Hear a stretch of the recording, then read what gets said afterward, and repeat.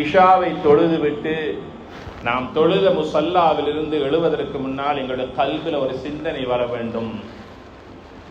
யா அல்லாஹ், இன்றைய நாள் ஃபஜ்ரை தொழக்கூடிய சுகத்தை தந்தாய், இன்றைய துஹரை தொழக்கூடிய பாக்கியத்தையும் தந்தாய். அசரையும் தொழுதேன், மக்ரிபையும் தொழுதேன், இஷாவையும் தொழுது விட்டேன். யா அல்லாஹ், இன்றைய நாளினுடைய தொழுகையை நீ தந்த, இன்றைய நாளினுடைய ஹயாத்தை தந்தாயே, இன்று வாழ்வதற்கு எனக்கு உயிரை மீட்டும் தந்தாயே. இன்றைய நாள் முழுவதும் கடமையாக்கப்பட்ட 5 நேர தொழுகையை நான் தொழுது விட்டேன். யா அல்லாஹ், இஷாவுடைய தொழுகையை தொழுது முடித்து விட்டு செல்லுகின்ற என்னை நாளையும் இதே நிலைமைக்கு என்னை ஆளாக்கி விடியா அல்லாஹ். அப்படின்னா என்ன அர்த்தம்? திடீர் மௌத்திலிருந்து என்னை பாதுகாக்கு.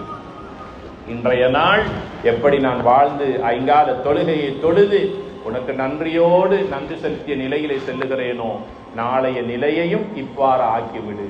துஆ செய்துவிட்டு நாளை நாம் ஹயாத்தை கேட்டுவிட்டு செல்ல வேண்டும்.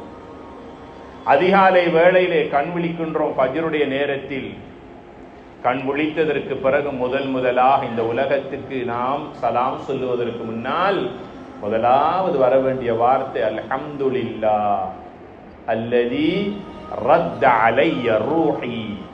மீண்டும் எனக்கு உயிரை மீட்டி தந்து இன்றைய நாள் வாழ்வதற்கு எனக்கு ஹயாத்தை தந்திருக்கிறாயே, உனக்கே எல்லா புகழும் புகழ்ச்சியும் யா அல்லாஹ். எவ்வளவு அர்த்தமுள்ள துஆ. சஹீஹ் முஸ்லிமிலே பதிவு செய்யப்பட்டிருக்கிறது. காலையில முதலாக கண் விழித்தவுடன் நபிகளார் ஸல்லல்லாஹு அலைஹி வஸல்லம் அவர்கள் நாவார மனநிறைவோடு ரப்பை புகழ்வார்கள், அல்லாஹ்வுக்கு ஷுக்ர் செய்வார்கள். அதுதான் இந்த வார்த்தை அல்ஹம்துலில்லாஹ் அல்லதி ரத்த அலைய ரூஹி.